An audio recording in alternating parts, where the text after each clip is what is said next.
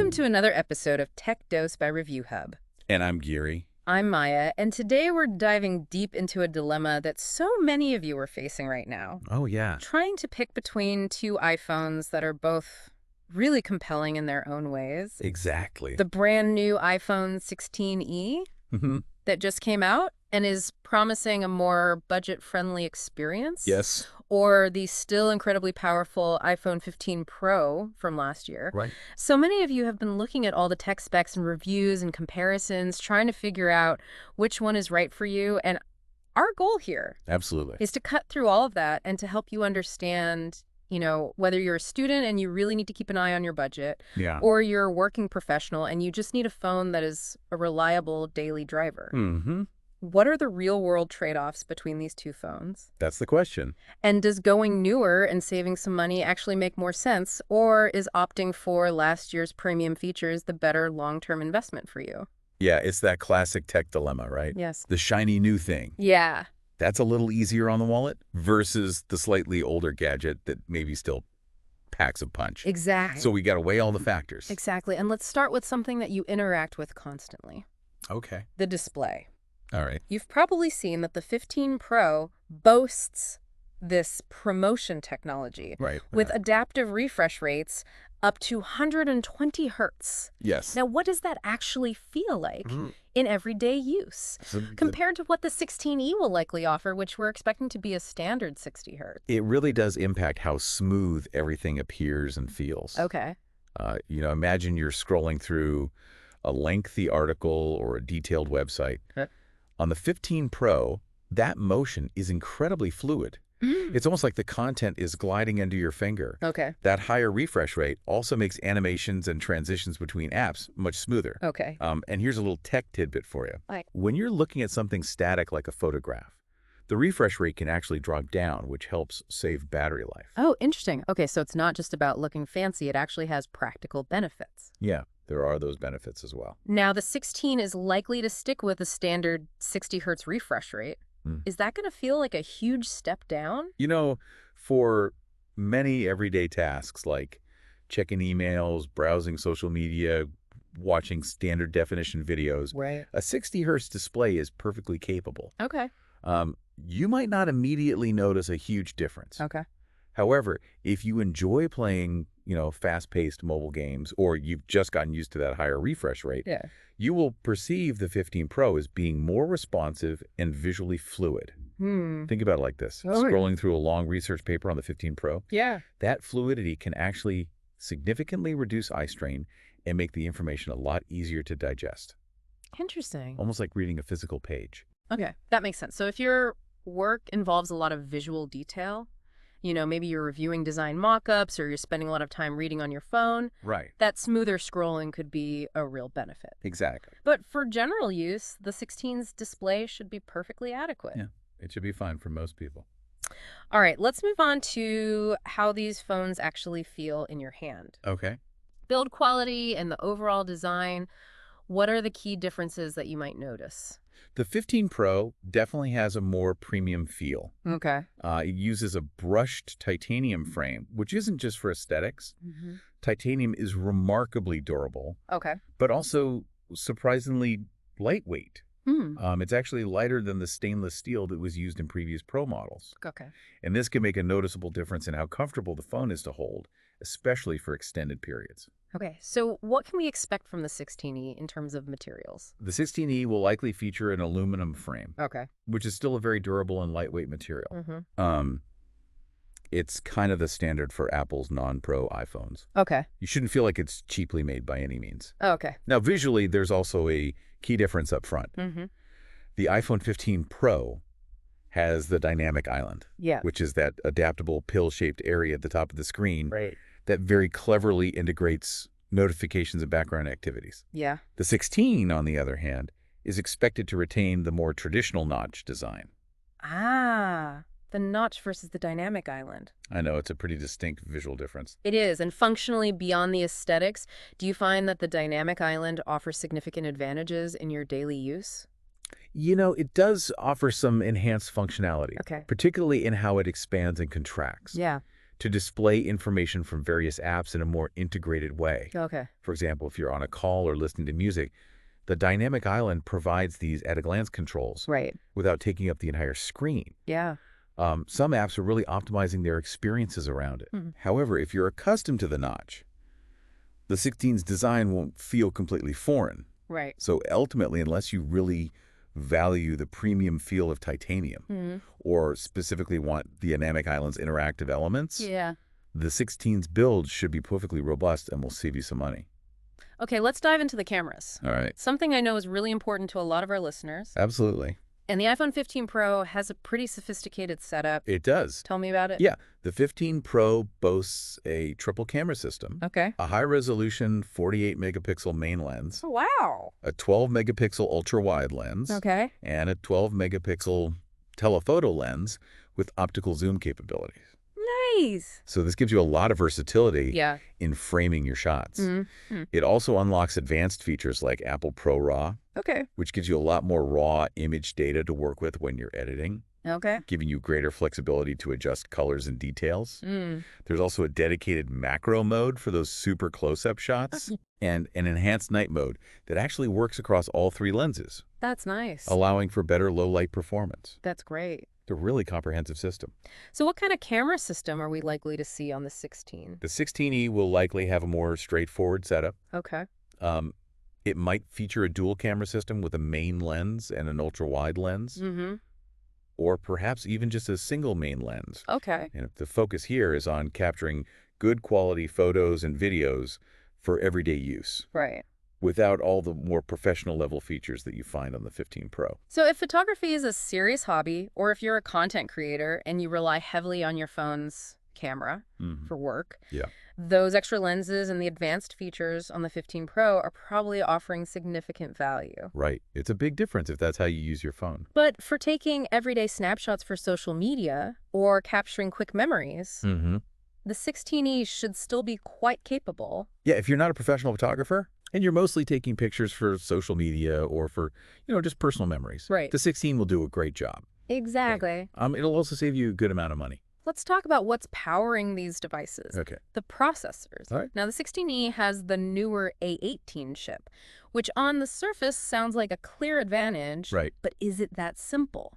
What's interesting here Yeah. is that while the A18 is indeed a newer generation chip, it's actually built on a similar 3-nanometer process as the A17 Pro in the 15 Pro. Okay. And this smaller transistor size generally means increased efficiency and power, Right.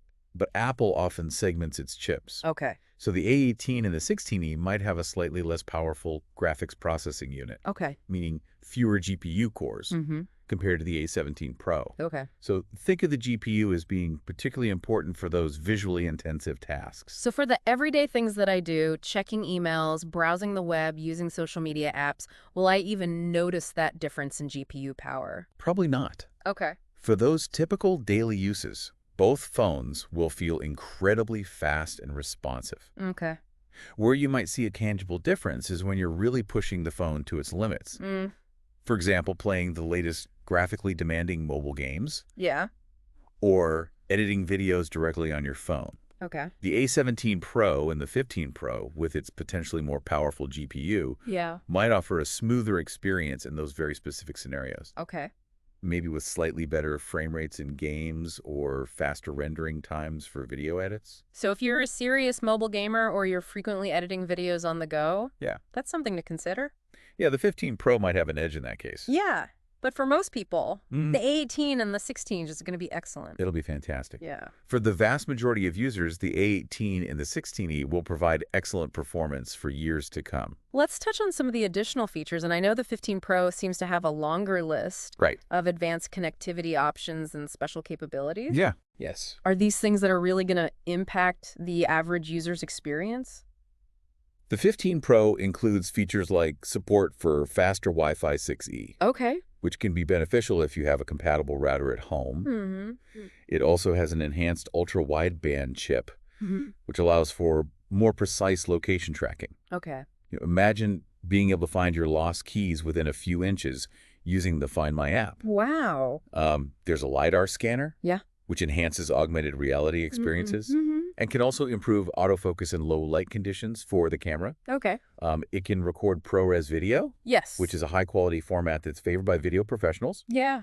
And it has full MagSafe implementation, Okay. which offers faster wireless charging Mm-hmm. and a wider ecosystem of magnetic accessories. So that is a collection of features. It is. But realistically, for someone who's just looking for a reliable and capable smartphone, Right. are these must-haves or are they more in the nice-to-have category? You know, for most people, I think they fall into the nice-to-have category, Okay. unless you specifically use AR apps frequently, Right. or you're a professional videographer and you need the flexibility of ProRes, or you have a Wi-Fi 6E network to take advantage of those faster speeds. You likely won't feel like the 16E is missing essential functionality. Right. You know, the core smartphone experience, Yeah. communication, browsing, entertainment, Mm-hmm. that'll all be well covered. Okay, let's talk about something that I know is a major concern for almost everybody. Oh, yeah. Battery life. Battery life is so important. And the 16 actually seems to have a potential advantage here. It does. It is interesting. Based on the information we have, Yeah. the iPhone 16e appears to offer better battery life than the standard iPhone 15. Okay. Some reports are suggesting around 26 hours of video playback Wow. compared to the iPhone 15's 20 hours. Okay. Now, while we don't have a direct comparison to the 15 Pro explicitly stated in all sources, Yeah. this strong performance relative to the iPhone 15 suggests that the 16's battery life Yeah. is likely to be very competitive, potentially even superior to the 15 Pro. In some usage scenarios, and this might be due to larger battery capacity, Okay. but in a world where we're all constantly on the go, that extra battery longevity can be a significant plus. Yeah. Not having to constantly worry about where you're going to find a charger Exactly. can be a real game changer in daily use. Especially for students who are juggling classes and professionals with back-to-back meetings. Absolutely. What about charging speeds? Okay, so the 16 Pro supports wired charging at speeds up to 20 watts Okay. and wireless charging up to 7.5 watts. Okay. The iPhone 15 Pro offers slightly faster wired charging up to 25 watts and also supports that faster 15-watt MagSafe wireless charging. Okay. So while the 15 Pro might charge a bit quicker, especially wirelessly, Yeah. the 16 could potentially last you longer on a single charge. So it's a trade-off. Yeah. Slightly faster charging versus potentially longer battery life. Yeah. And for a lot of people, I think that extended battery life Mm-hmm. might be the more valuable thing in their day-to-day. Absolutely. All right, looking ahead, how do these two phones stack up in terms of future-proofing? All right. How long can you expect to receive software updates? Mm-hmm. And how well will that hardware hold up over time?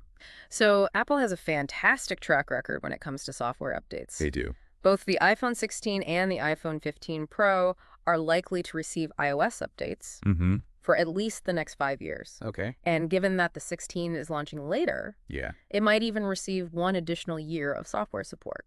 Okay, so you're covered on the software front with both devices for a good amount of time. Yes. What about the actual hardware capabilities? So the iPhone 15 Pro boasts more advanced hardware in certain key areas, Mm-hmm. the more versatile camera system, Right. the smoother promotion display, Yeah. and that premium titanium build, which is likely to hold up really well over time. Okay. However, the iPhone 16e has the advantage of that newer A18 chip, Yeah. which includes support for Apple's latest AI initiatives, often referred to as Apple Intelligence.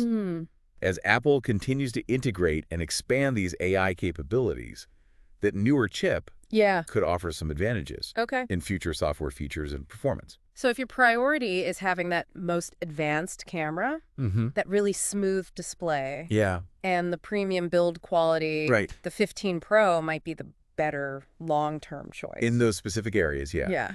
But if having the absolute latest processor Yeah. and potentially longer software support, Mm-hmm. along with access to those newer AI features, Yeah. is more important to you, Yeah. the 16e could be the more future-proof option. Yeah. I think that's a great way to summarize it. Okay. It depends on what's important to you. Absolutely. What aspects of the phone you're really going to prioritize for the years to come. Exactly. Now, for the point that I think is crucial for a lot of people, Yes. price. Price is a big one. We don't have exact pricing for the 16 yet, but we do know that it's positioned as the more budget-friendly option. Right. How significant is that price difference likely to be, and are there other cost considerations that we should keep in mind? While we don't have the precise price difference yet, Yeah. current analysis suggests it could be in the range of $100 to $200, Okay. which can be a substantial saving for many people, Yeah. especially students. Mm-hmm. It's also worth considering that as we get closer to the launch of the next iPhone in September, Right. you might start to see more deals and price drops on the iPhone 15 Pro, Okay. both new and on the used market. Mm-hmm. And for listeners in India, keep an eye out for potential deals during the Diwali sales period, Yes. which often features discounts on previous generation iPhones. That potential price gap is definitely a deciding factor. It is for a lot of people. For many people, freeing up some funds. Absolutely. For other needs or wants? Yeah, for a lot of professionals as well. Mm-hmm. Those savings could be allocated to other important tools or investments. Exactly. Yeah. So let's try to bring it all together. Yeah. Based on everything we've discussed, who is the iPhone 16 likely the best fit for? So the iPhone 16 appears to be an excellent choice for students Okay. who need a reliable and capable phone without breaking the bank. Mm-hmm. Working professionals who primarily use their phones for communication like phones, basic productivity, Yeah. everyday tasks. Right. Anyone who prioritizes longer battery life above all else. Okay. Casual photographers who just want to capture good, shareable photos. Mm-hmm. And those who want the latest processor and potential access to newer software features at a more affordable price point. And who should be seriously considering the iPhone 15 Pro? The iPhone 15 Pro remains a really compelling option for photography enthusiasts and creative professionals who will benefit from its advanced camera system. Right. Users who truly appreciate that smooth and responsive 120 Hz promotion display. Mhm. Mobile gamers and those who frequently use graphics-intensive applications. Anyone who needs or wants those extra pro-level features like the LiDAR scanner or ProRes video recording, Right. and individuals who prioritize a premium build quality and design. Okay, so as we wrap up this deep dive, who emerges as the value champion in this comparison? You know, for the majority of professionals and students, I think the iPhone 16 likely offers the better overall value proposition. Okay. Its newer processor ensures strong performance for years to come. Mm-hmm. The potentially superior battery life addresses a key concern for so many users, Right. and that lower price point makes it a more accessible option. Yeah. The trade-offs in camera versatility, display smoothness, and premium materials Yeah. are likely to be acceptable for most everyday users. But the 15 Pro is still a formidable device for those who have specific needs that Absolutely. justify that higher cost. If you heavily rely on your phone's camera capabilities, Yeah. truly value that fluid 120 Hz display experience, Mm. or need those specialized professional features, Yeah. the premium you pay for the iPhone 15 Pro is likely well worth the advanced capabilities you're getting. So for you, our listener, the ultimate decision really comes down to carefully considering which features align best with your daily needs, how you actually use your phone, Yeah, and of course, your budget. absolutely. And thinking about those priorities will lead you to the iPhone that offers the best personal value. That's perfectly put. Well, that brings us to the end of our deep dive. Well done. Gary, thank you so much for joining me. My pleasure, Maya. It was great to be here. And thank you all for joining us for this deep dive on Tech Dose by Review Hub. Yes. If you found this analysis helpful in your decision-making process, please take a moment to like, subscribe, and share this with any friends Absolutely. who might also be weighing these iPhone options. Spread the word. We'll see you next time. Bye, everyone.